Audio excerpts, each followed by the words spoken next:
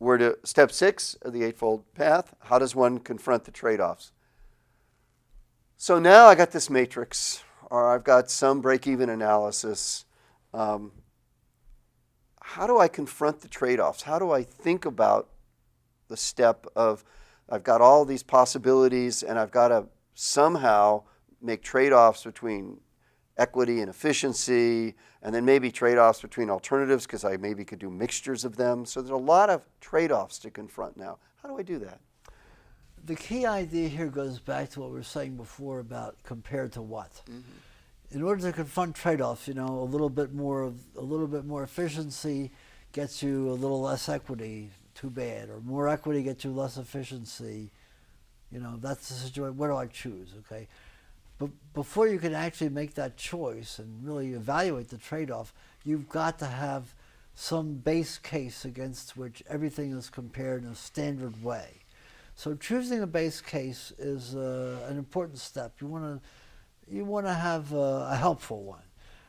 There are a lot of ways to choose different base cases. The one I sort of drift towards and maybe is most helpful is if you project trends to continue in the present way, that would be the base case. So let's compare all alternatives against what we would get if we just did nothing except let present trends go.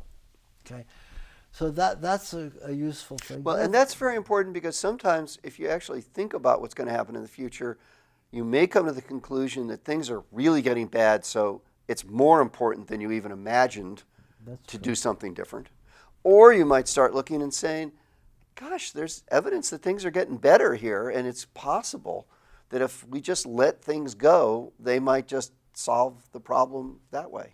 Yeah, and you can throw into the mix some well-known engines of change that are predictably going to happen.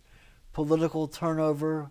If the politics change, will this throw out or make better this status quo that we see today, or will it make it worse? Budgeting is sort of, I should say fiscal situations are cyclical. Could get better. Today we're rich, but if we start this now, when we get poor, what's going to happen?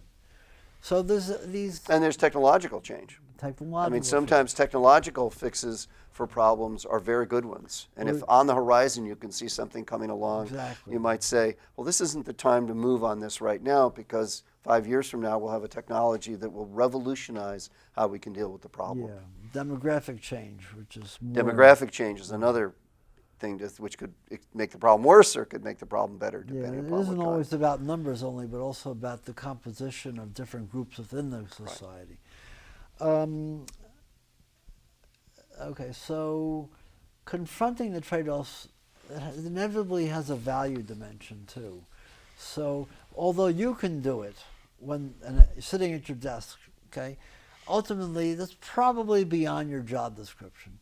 The client or the Congress or whatever, the politically legitimate people are going to confront those trade-offs.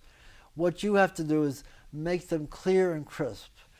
And the way to really try to do that is all trade-offs, all decisions of any use are made at the margin.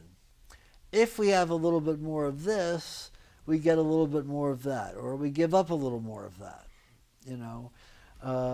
and looking at the alternatives in terms of their incremental differences is sort of the key. It's the way to go,